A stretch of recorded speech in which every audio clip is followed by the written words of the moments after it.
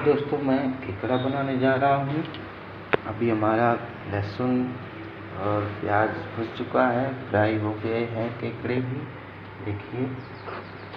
और अभी मसाला डालना है।